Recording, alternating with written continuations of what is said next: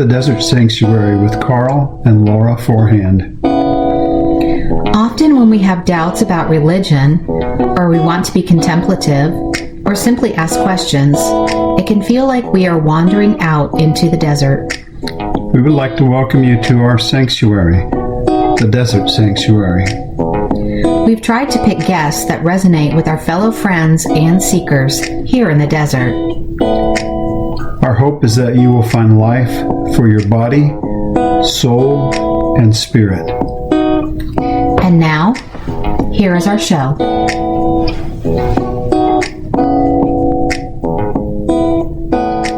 Hi, welcome to the Desert Sanctuary Podcast. I'm Laura Forehand. I am here with Karl Forehand, and for the third time, we're starting over again. Yeah, we're professionals, and our guest today is getting to see that professionalism firsthand.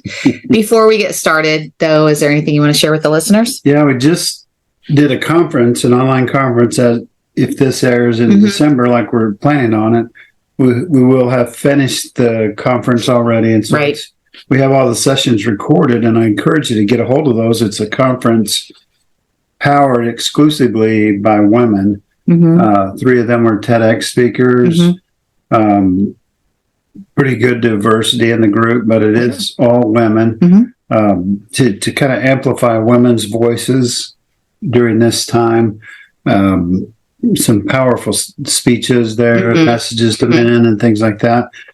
And so I encourage you to check that out. But today we're talking to Noah. Yeah, Noah Allen, and we know Noah. I feel like it's like the Santa Claus, or no, the elf, where like Santa. I know him.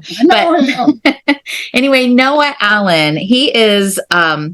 We know him because my sister Karen is married to his dad, Bart. So Bart is my brother-in-law, and love the Bart. And we got to meet you this summer when we were there in Texas and have some really delicious barbecue with you, and so we just we're excited to talk to you. So welcome to the podcast.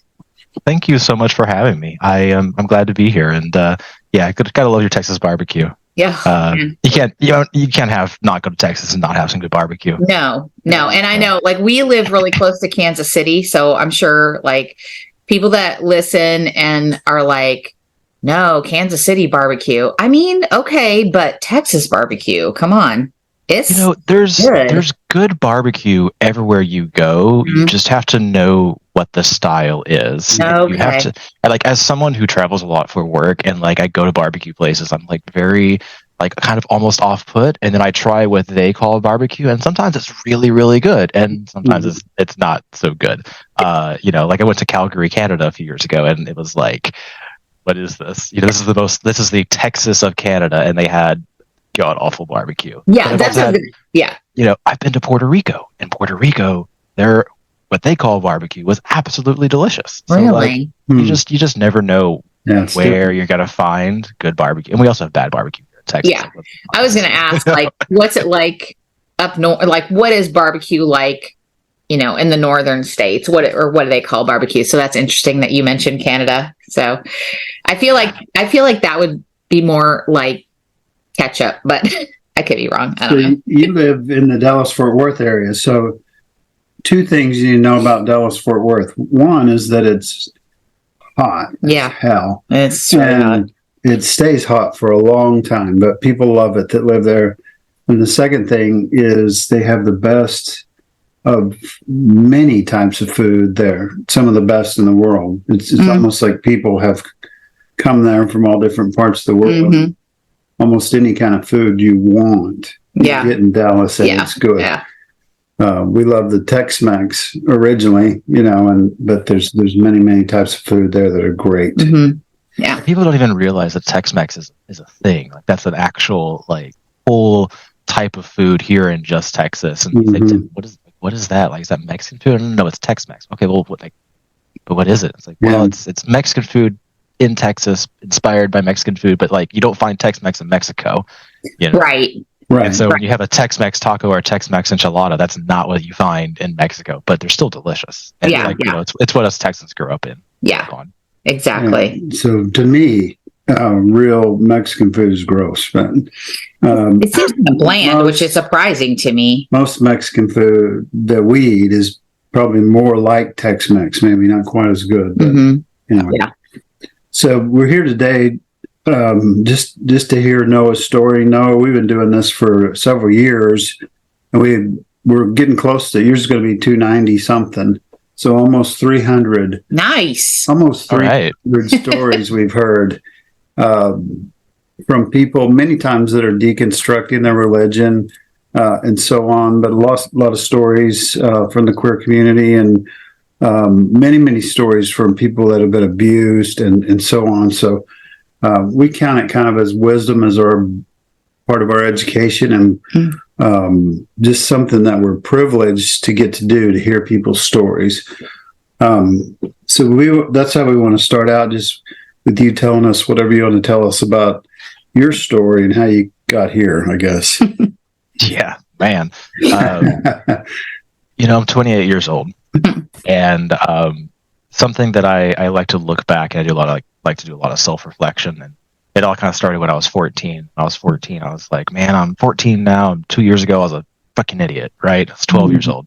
And then I had the same conversation with myself when I was about 18. It's like, man, when I was 14, I was a freaking idiot. And the same thing happened about 21, 22, and then 25, 26, and then now here I'm at 28, and I go, man, this year's been rough. Oh my gosh, the last 3 years have been rough. Man, what have I been going on in my life? So I guess the theme, for me a lot is self-reflection and thinking about how to grow and how to be a better person. So my story, I guess, how did I get to 28 years old? I wouldn't say I grew up religious. I grew up here in Dallas with my parents, and we went to church. Sure. I wasn't super involved with it. We just kind of went because other family members went. And that really didn't influence me much as an individual. And the church wasn't bad. It wasn't great. It was a church. It was in Oak Cliff, Dallas. Pastor was nice and, whatever. But I think I really started to understand, religion and people and relationships maybe around the age of 14. And that's actually when I chose to be baptized. And my mom jokes and says that was the worst decision she could have made in her life, because it's when I realized that was not for me. So I actually got baptized because a friend of ours was baptized. I was like, what is this? What does this mean to be baptized? And my mom explained it and everything. And it was like, oh, well, I want to do that. Like, I want to be a part of this thing that other people are doing. Right. And so at 14 years old, I was officially baptized. I was baptized as a baby too, but, personally took on religion at 14. And that's when I started asking a lot of questions, and I started to go, wait, what does this actually mean? And around the same time as when I figured out that I was gay. I always knew that I was gay from ever since I was a young child. I just didn't know what it was called. I didn't know what it meant. But I knew what it was when I finally understood it when I was about 14ish or so. And so this thing of like growing up religious and then being gay, around that time, that was the late 2010s, 2012, 2013 or so. Actually, no, that'd be 2010ish.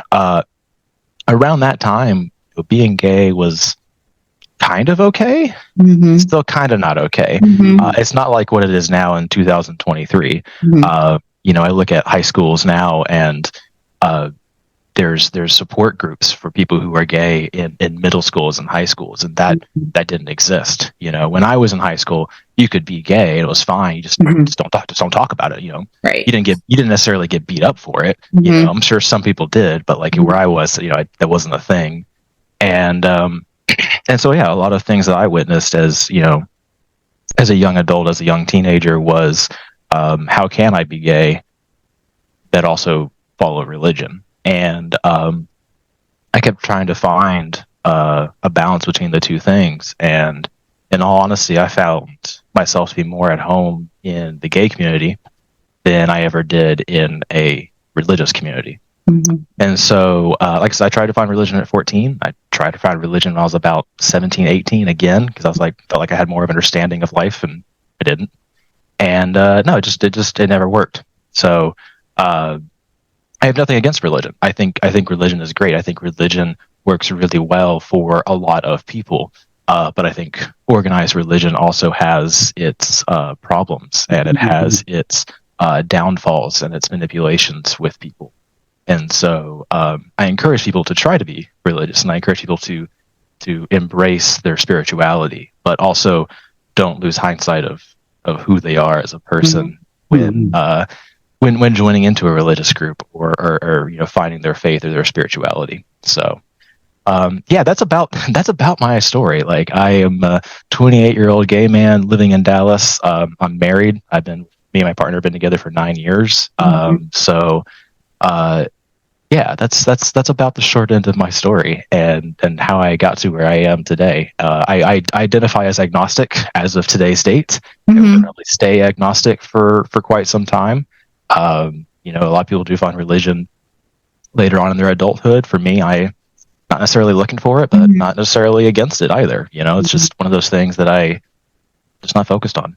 I think it's so interesting that you got baptized and then started asking a lot of questions. Because I don't, just in my experience, it's almost like when you get, and I was baptized in my adulthood as well, probably, I don't know, we already had one child, I guess, but it seems like a lot of times when you do the act of baptism when you're older, that's kind of when you stop asking those questions.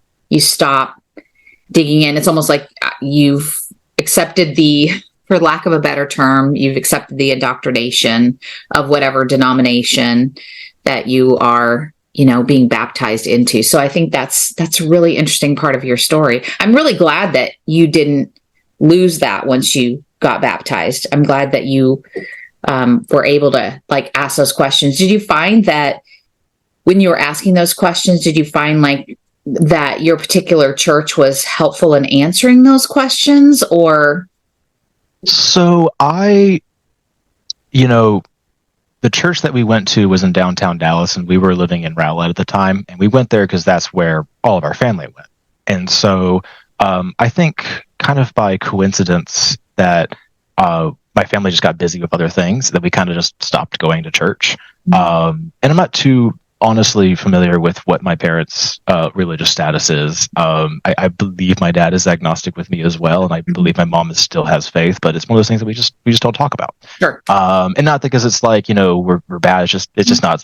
We talk about other shit at the family table, Yeah. But I wouldn't say that I felt bad about asking questions, because we just didn't go to church anymore, But I had conversations with a lot of other people. Something that was honestly very influential with me as a child, because I grew up in the suburbs of Dallas, and in Rowlett, next to Rowlett is another town called Rockwall. Rockwall is where a lot of wealth in the Dallas area lives, and so there is a megachurch out there called my gosh, I want to call it out right now, but is it Lake Point? I can't remember. Anyways, but the point of the matter I was getting at is, when I was in school, as a kid, middle school age, around that same period of life, it seemed like half the school was involved with this mega church and the other half wasn't. And it was so weird, because growing up as a child, I almost felt left out of these social events and all these things, because they'd be like, "Oh, are you going to this thing this weekend?" And it's like, what are you talking about? Everybody's wearing shirts for some event that you think it's a school event. No, it was for a church event in the town over at the mega church, and that everyone was you were either in the church or you weren't in the church growing up. And at least in school, and thankfully I wasn't really a part of the church, but I was invited to some of these events, and it's just wow, this is a little weird. What's going on here, guys? Right. And that really bothered me as a kid. Because as a kid, you want to belong, you want to be a part of society, and you want to feel welcomed by your peers. And when half your peers are in this sort of group of that you know nothing about, it's you almost feel alienated. So, and so do you feel like the fact that you identified as gay, did that play a role at that particular time too, in the maybe feeling of being excluded? Oh, I mean, I've been used to that my whole life. If there's people that don't like the fact that I'm gay, then it's fine. Yeah, Get out of my life. I don't need you in my life. Yeah, I agree. And that certainly happened in school. And that's, with time of being a gay person, you find yourself around more and more people that are like-minded to you. Mm-hmm. And so I really don't feel like I have to deal with that as much now as an adult. Maybe at work sometimes, because you don't really get to choose who you work with. Sure. But I would say, over time, you just find the people in your life that you want to spend your time with, that you want to be around. And so usually those people are pretty much okay with you being gay. And that's, unfortunately, that's a big proponent of my life. I'm not like blasting it out to the world, but it is a big part of who I am as a person. And my partner is also a man. So like, you kind of have to get over that in order to be in my life. So, right. You talked a little bit, several instances about peer pressure. Like mainline denominations, say Methodist, Lutheran, which you don't have as many there but even they would do confirmation classes, and they'll say, well, we don't pressure anybody into being confirmed, but it's still the fact of that everybody's talking about, yeah, we all got confirmed last year. Well, you didn't get confirmed. It's a more subtle thing. And I think sometimes that happens at school and so on too. But where did you find that determination to, really to tell the people that couldn't be for you to get lost? I was thinking of another word, but, you didn't just tell them to fuck off. You said but in a sense, you said, I don't have time for that. Right. Yeah. I mean, you only have so much time in the day, and you only have so many people that you can see and basically spend your energy on. So spend them on the people that bring you joy and happiness in your life. And if someone doesn't like me, then great. I really don't feel like people don't like me. Like I'm a very lovable person. I feel like, not to toot my own horn, but like I enjoy being around other people, and I pride myself in being a good person. So you don't have to be religious to be a good person, which is something that is like, what? Oh my gosh, a pastor friend of mine actually told that to me once. A few years ago, I used to volunteer with an organization, and it was ran by a pastor and his daughter. And the pastor looked at me one day, and because he knows I'm agnostic, and he always wanted to know that I was welcome in his church and welcome in his facility. And one of the most like powerful things he ever told me in life ever is he said, "You don't have to be a follower of Christ to embody Christ." And like for good. me. Yeah, me at like maybe 2 or 3 years ago, so 25, 26, I was like, oh shit, you're right. Like, you don't have to follow Christ to be a good person. There's this whole mantra that like, if you are with a religion or you do follow Christ, therefore you're like this good, grand person. It's like, no. But to hear that from someone who is religious, to say that like, even though you don't follow my religion or you're not a part of my I'm not going to say I'm not part of the church. I was definitely a part of the church as the organization was involved, but not a part of the religious side of the church. To hear that was a very, very powerful thing for someone my age. That's such a good point. And I'm really glad that you said that, because like, I think that puts into words how I've felt, especially over the last few years. I mean, we've been deconstructing for 7-8 years, something like that. I don't know. And I'm like, I don't know where I stand with stuff anymore, but I love that you don't have to be a follower of Christ to embody Christ. And I wholeheartedly believe that. I kind of want to go back to what you asked though, Karl, like, cause I'm thinking of myself at 14, and like, I was a hot mess, like just, being a 14-year-old, you know, and just all the like the peer pressure and stuff like that. And just to be so sure of who you are. I mean, I'm sure you had questions. I mean, we all do, but just to be so sure of who you are at that age, you know, knowing that, you know, you're gay, you're okay with who you are. You are like, these are my friends. These are the people who love me and accept me. That's where I'm going to gravitate towards them. Yeah, just that's pretty amazing, because I think that is such a hard thing at that age. Yeah. So, And I was blessed, and I use that word a lot, even though I'm not religious. But I was blessed that I had two parents who were very, very understanding. Coming out to my dad was a little difficult. That's when you're a man, you're a boy, and you got to come out to your father. Like that's a really challenging thing. And even like I actually came out to a lot of people that were my friends, but coming out to my best friend was incredibly difficult. And that's partially because it's hard to to own up and to be yourself and to be vulnerable to the people that you're closest to. And I would say the same thing happens in churches. So trying to answer your question here. I don't know. It's all about growth. It's all about having a journey. Yeah. And you kind of just figure it out as you go, right? And it makes sense that it would be hard, for like your best friend or your dad. Because like you'd mentioned, we all want to feel like we belong.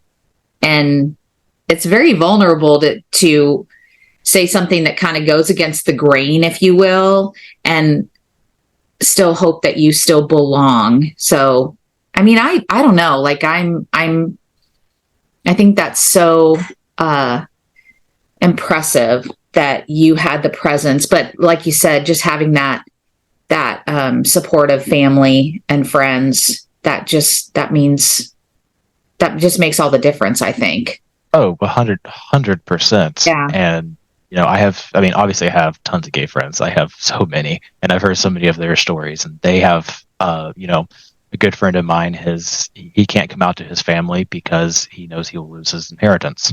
And they're basically wealthy in the oil family. Wow. And it's like, he refuses, and he just puts on the facade every single year around the holidays, and that's just his life. And but then he comes out and hangs out with us, and he's just like so normal and natural, and life is great. But then it's like oh yep, I got to go over to the farm, and like fun, and it's upsetting, that he can't be his true self because he doesn't want to be alienated from his family, and also there's financial stuff involved, where he'll basically lose inheritance money. So. Isn't that amazing how like religion, money, I'm sure there's other things that I'm not mentioning, but how those things can like just cause us to not be our authentic self for fear of not belonging. And I do think like, I mean, money, I kind of understand that, because it's like, if you're going to come into a lot of money and you're going to be set for the rest of your life, and, I can understand that. But I think the part that is hurtful to me is the religious aspect of it, when religion like puts that over your head that you have to be a certain way or you don't belong. Because I think that's the opposite.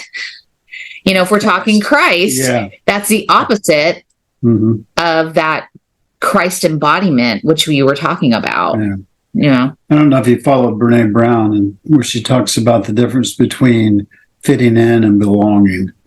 And most of us battle the fitting in thing, right? And some of us find we don't fit in very well at all. I have never been invited like to a baseball game by somebody else. It was just, and I don't know why. There's parts of me that just don't fit in well. But belonging, when we belong, we realize we belong everywhere. when you have that sense of belonging, it's not based on how people react, but what you feel kind of deeply. Well, and she talks about that you belong to yourself first. And I think that's like what I'm hearing in you, Noah, is that first and foremost, you belong to yourself. And, then when you're authentic, you belong. You belong everywhere. Right. That's actually something that I told myself when I was about 14, 15, is when I did come out as gay, I said, I'm never going to lie to anybody ever again. And that's kind of gotten me in trouble a few times.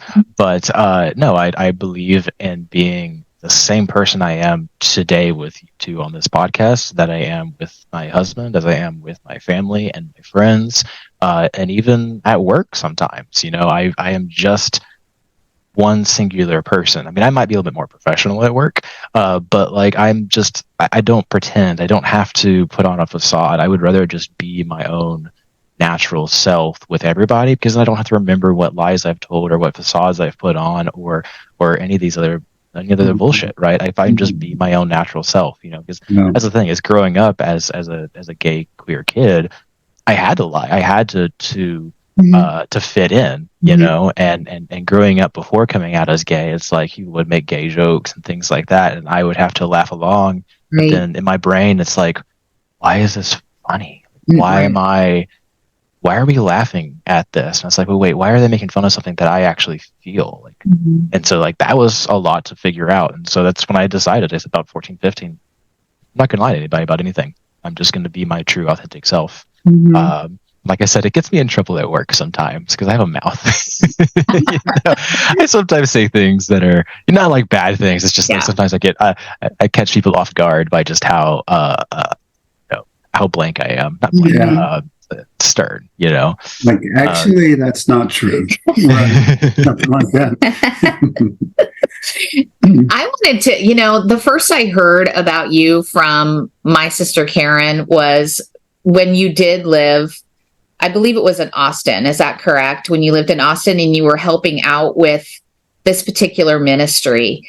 Can you talk a little bit about that? Because that just really interest me. It really piqued my interest that although I feel like Austin, because I went to school there, and I feel like they're I don't know what it's like anymore, but it was kind of like the party town when I went to school there, which was a long time ago.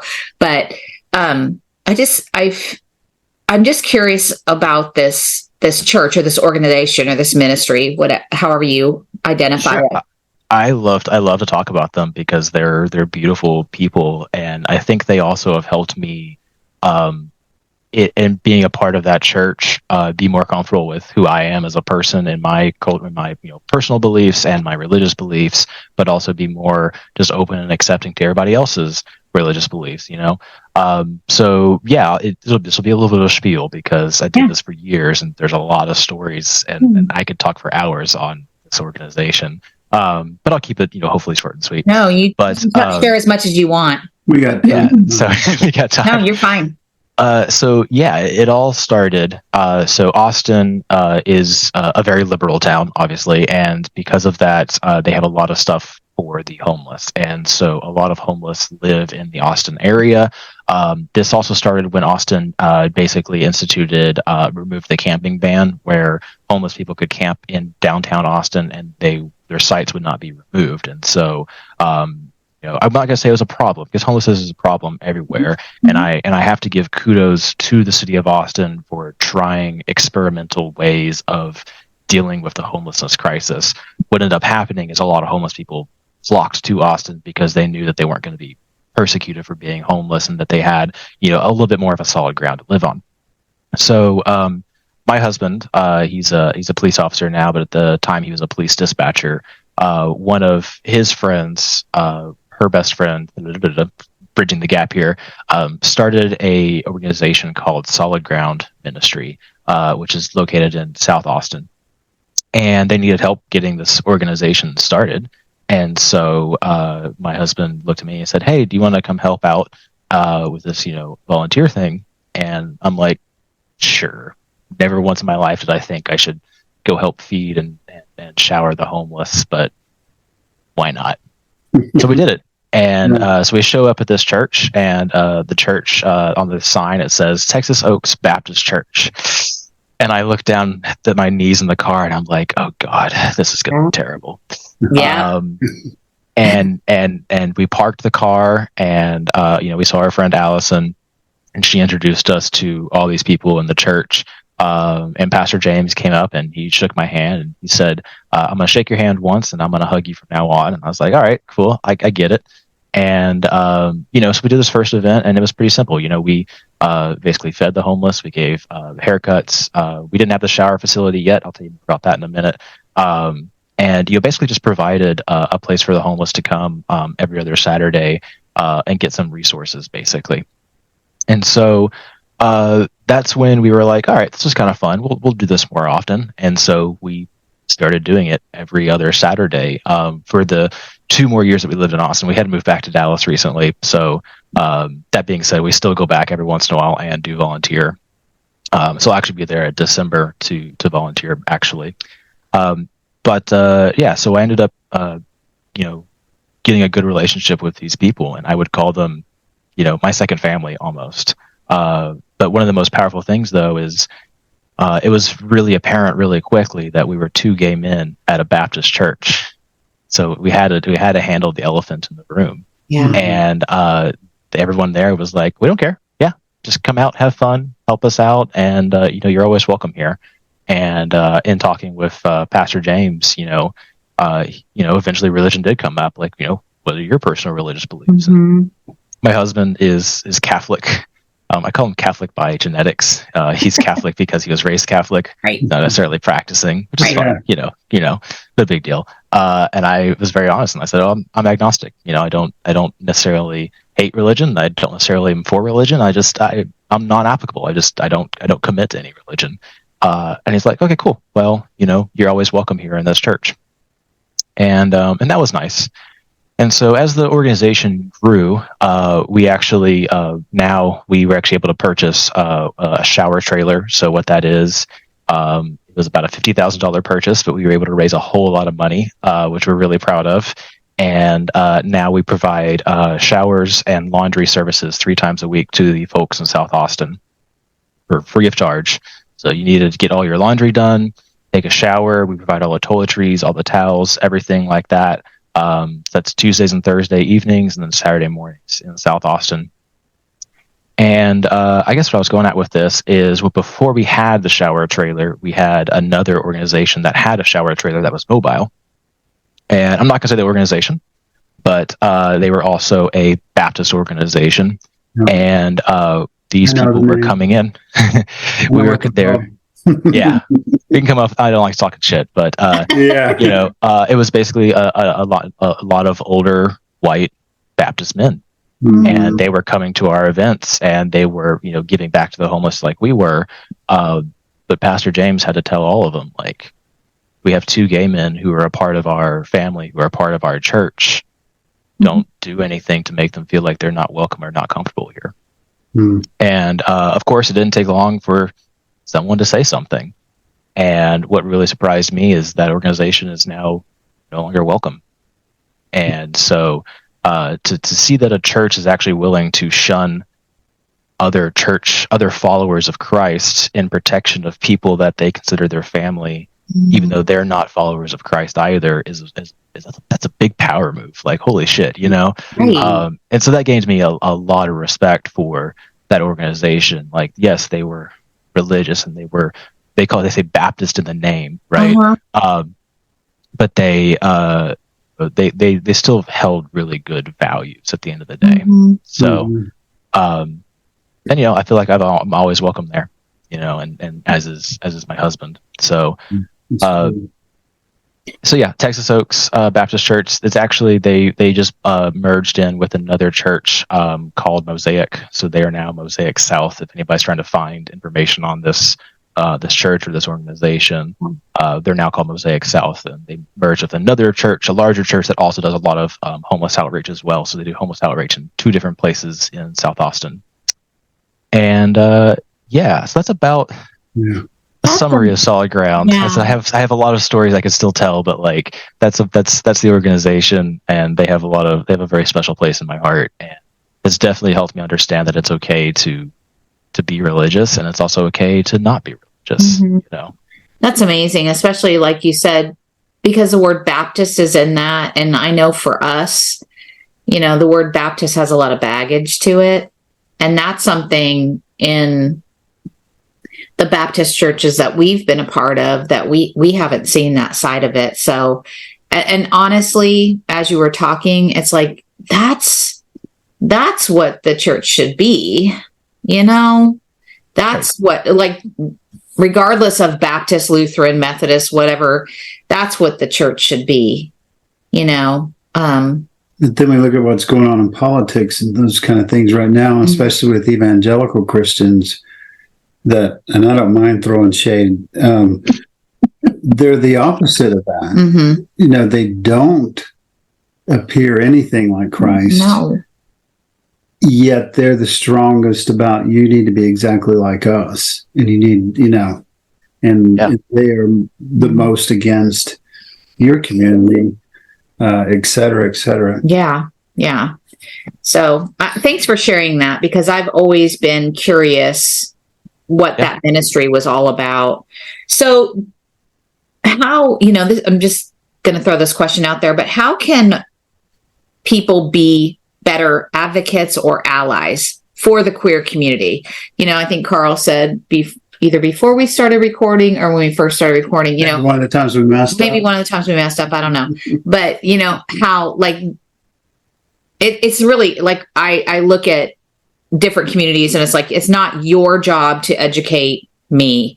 However, I do want to know what I can do to be a better advocate or ally to the various groups that are out there. Yeah. So that's a huge question, and even me to answer that is just because our community is so large and so diverse.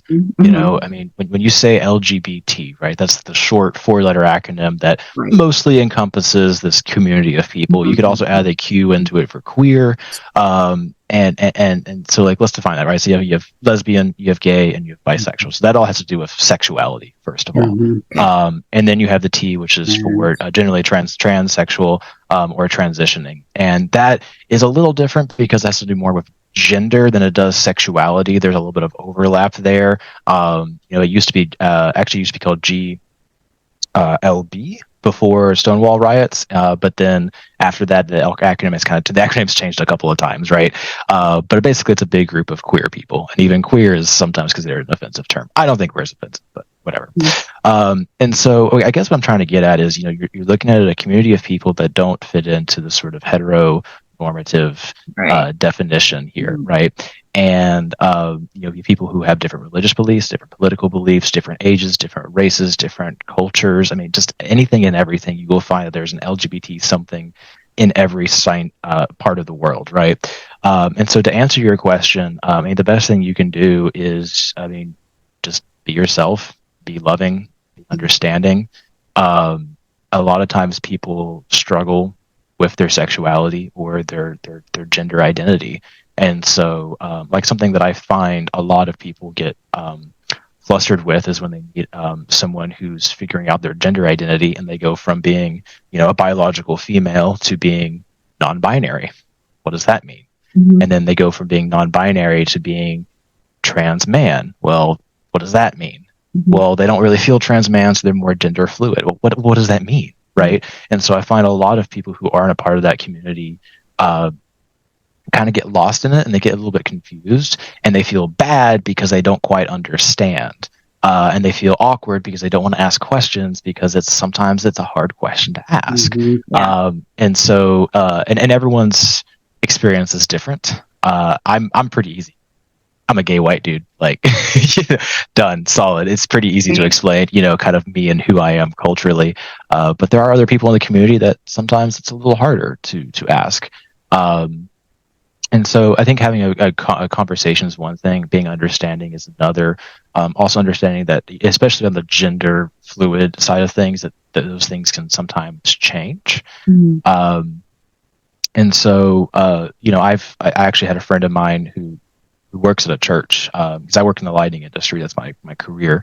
And he runs the lighting system at his church out in Las Vegas. And, he called me up one day and just said, "Hey, I don't know what to do. My daughter came out as bisexual at 16. And like, how do I do this?" It's like, well, show her love. It's like, well, I mean, obviously I love my daughter. Like I would do anything for my daughter, but we're struggling with how does she balance her sexual identification and the church. And it's like, that's a hard question, man. That's something that you have to figure out with your daughter. But, at the end of the day, she is your daughter first. And Right. Do you value your relationship with God and your church more than you value your relationship with your daughter? Or do you value your daughter and your wife and your other children first? And so you don't have to, those two things don't have to conflict, but you have to know how to understand all of those things. And there's plenty of churches that are very open and accepting of gay people in the queer community. They totally exist out there. And so if you are a gay person, you are looking for them, they do exist. We have one 2 blocks away from where I live. So yeah, I guess to answer your question, that I'm beating around the bush here because it's a very loaded question. Yeah. Once again, you just show love, you show kindness, you show compassion. Don't show judgment. Let people be who they are, and let them figure it out. Some people find out that they're gay. Like I knew I was gay in elementary school. Like I didn't know what it was called. I didn't know what it was meant, but I knew what I felt. And it wasn't until I was about 14 I actually learned what the word for it actually was. And then some people figure it out in their late 40s. Right. And some people will start to feel it in their 30s and then come out in their 40s or 50s. And you never know. So the other thing that they realize is they're also figuring it out as well. So if you do know someone who has recently come out as gay or recently come out as anything in this community, give them time. Give them time to figure it out for themselves. Give them time to also change what they feel and think. Like when I came out at 14, I didn't come out as gay. Oh God, how could you come out as gay at 14? Oh, terrible idea. I'm bisexual. That's what I told people. Because in my mind, it was okay to tell people I was bisexual because it meant I was still kind of normal. Yeah. You know what I mean? It's like, he still likes females, but he also likes males too. Like, all right, cool. Like, it's trendy, But in reality, it was like it took about 2 or 3 more years to go. Yeah, no, I'm gay. Like it was easier after that time. After telling enough people and coming to terms with it and everything, And now I have no problem telling people I'm gay. It is what it is. Right. And who cares? Yeah. So, hopefully that answers your question. Oh, yeah. And one of the speakers for our conference is trans, and she says, I like it when people forget that I used to be a man. Yeah. And she's kind of a pastor and some other things. But anyway, what I heard you saying, that pastor did for you was to treat you like everybody else, to treat, and we got to be careful with that, right? Because, I want to, even with my wife, I want to notice the difference, how we're different, but to treat her like I treat myself, right? And that goes back to that being like Christ, instead of just promoting a religion. And I loved what you said about the pastor that seemed to be having a hard time deciding between his religion and his daughter. And another friend of ours had to do that. A church forced her to choose between her daughter. And she said, she did a TED Talk, said, I chose my daughter.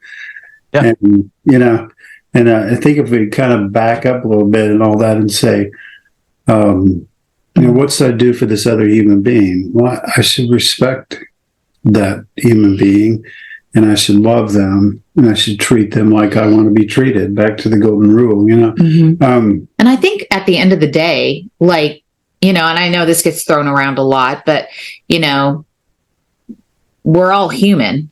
And at the end of the day, we just want to be treated as such, right? And we complicate it because of religion and other things. Yeah. Something that my husband says is he's got 30 square feet of control. And when he first told that to me, I'm like, what are you talking about? And he heard it from another coworker, and it basically, as of right now, there's about a 30 square foot radius or 30 square feet here around who I am as a person that I can actually control right now. Right. That's all I have to worry about. Yeah. The only thing I have to worry about, only thing I have to deal with. And if I'm worried about all these bigger, grander things in life, it's outside of my 30 square feet of control. I like to live by the mentality of I'm here and I am now, and don't fret on the past and don't fret on the future. Just enjoy who you are as a person and your little bubble that you are. Mm-hmm. Yeah. And I like to focus on relationships, and the way that right now I'm talking to you two on a podcast is like this is my focus right now. Mm-hmm. This is what I am dealing with, Mm-hmm. and keeping that kind of very vague mentality. It's when I first heard this, I was like, I don't know what you're talking about. Then after it kind of sank for a little bit, it's like, wow, that's actually really powerful. Like you're just responsible for here and now, essentially, and that's it. There's really, two things I've been discovering over the last 5 or 6 years is what you're talking about, presence and authenticity. Mm-hmm. And when we can be where I say it like this, when we can be where we are and who we are, then we'll have peace. And so, yeah, that's good. It's really good. Okay, so we typically end our podcasts with this question, and we never prepare anybody. So if you need to take a minute to think about it, you can. But if you had like a billboard that you could put up there in the Dallas-Fort Worth area, and it could say anything, any message that you want to put on it, what would that be? What would your message to the world be? I don't know, man. I would say this is funny, and I do want to tell a little story after this about the billboard. Yeah. But I think I would probably say you are loved, because there's a lot of people in this world who are alone and don't feel loved. Yeah. And I don't know if they're going to feel that way by looking at a billboard and saying, "Oh, I'm loved." Mm-hmm. But I think, like I said, coming back to that very basic human need of wanting to feel comfort and wanting to feel safe. Human beings are very let down by other human beings, and so being able to tell other human beings that, hey, you are loved and you are welcome, whether you are gay, you are homeless, you are agnostic, you are atheist, you're religious, you are disabled, or whatever, there are people in this world who will love you. Sometimes have to find that. So yeah, the one little story, I got in big trouble for this when I was about 19. So me and my husband had just started dating. We had maybe a few months we'd been together, 18, 19. I wasn't totally out to my family, but we drove up to Beavers Bend, Oklahoma. And on the way to Beavers Bend, Oklahoma, right on the Texas-Oklahoma border, there was a billboard of, it said, marriage is between a man and a woman, no exceptions, or something like that. Mm-hmm. And me and my now husband, him and I were just boyfriends at the time, we saw this billboard and we turned around and we actually got out of the car and we took a picture and we were flicking off the sign and we kissed each other. And I tell you what, that pissed off a lot of people in my family. A lot of people took it as I was saying, fuck God, fuck religion. And no, it was not. It's fuck that mentality of telling me that I can't marry the love of my life. Right. And the thing is marriage is not a Christian thing. Mm-hmm. If atheists and agnostics can get married, how is it Christian? If That's right. Muslims can get married and people who are Hindu can get married. Yeah. Why is marriage just your thing? And it's not. It is for everybody. If anything, it's more of a government thing. And church and state should be separated. So when you ask that question about what should the billboard say, the first thing that came to my mind was that billboard many years ago. And because those things do exist where they say, hey, fuck you. Yeah. So anyways, thank you for having me. And this was a lot of fun. And I know my story might not be the most dramatic, but maybe it's a little eye-opening for people. And people I think it's, and I think it's going to offer, I don't know, like as you were talking, Noah, I was just like, you remind me of like our 3 kids. And especially when you said, I have a 30 square foot radius around me. And that's where I see your generation. And that brings me so much hope. It really does, that maybe there is a change, really good change that's going to be coming with generations, your generation and generation. I look at even my granddaughters, and I think they just love, like there's no stipulations on that, and being raised in that, just you love who you love, and that brings me so much hope. So I'm so thankful that you came on today to share your story with us. I was going to say, with my generation, we have the internet, and love it or hate it, it is a great resource and tool for sometimes finding your community, or also asking those questions. So it's also filled with terrible, god awful things, but it also has some really wonderful connections. And sometimes when you can't find your community, or you can't find your people, you might be able to find them through the online resources that exist out there. Yeah. Very true.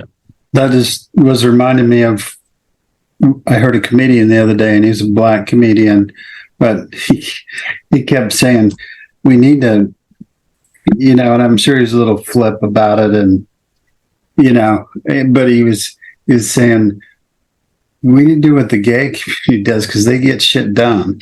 They change laws and everything. So we need to find out what that model is and get it done. Get some stuff done. Get some shit done. Yeah. 100%. Yeah. Oh my gosh. That's true. How can people find you or get in touch with you if something in this conversation sparks some interest? Well, or maybe they just need somebody to talk to. Sure. Yeah. Facebook and Instagram are kind of my usual things. Most of my stuff is lighting related, because that's my industry, that's my career. But that is probably the best way to find me. So I go by Noah Allen on Facebook. I used to go by Noah DeLuna Allen, which is my technical legal married name, but that's too many words. And then on Instagram, I'm Noah Lights It Up. So that's where people can reach me. And if you're struggling with your religion and sexuality or gender identity and how all those things conflict, I've helped many people in my life, and many parents in my life have to navigate that. I don't have all the answers. I can tell you some stories and tell you some experience, but it is a struggle that a lot of people have to deal with. Yeah, for sure. Noah Allen, ladies and gentlemen, thanks for coming on. Great conversation. For those out there listening, I hope just remind you to check out the videos of the conference that we just did called Leaning Forward. I think you'll enjoy it. And I think it's powered by women, but it's not for women alone. It's for men and women and all people to understand what women are trying to tell us. The number one thing they said, just as a spoiler, the number one thing they said to men was, stop interrupting us. And so it was really good. But we want to thank Noah. And as always, we want to encourage you to be where you are, be who you are, and be at peace. Thank you for joining us today on the Desert Sanctuary. Remember, all that wander in the desert are not lost. We hope that you know you are seen, you are heard, and you are loved.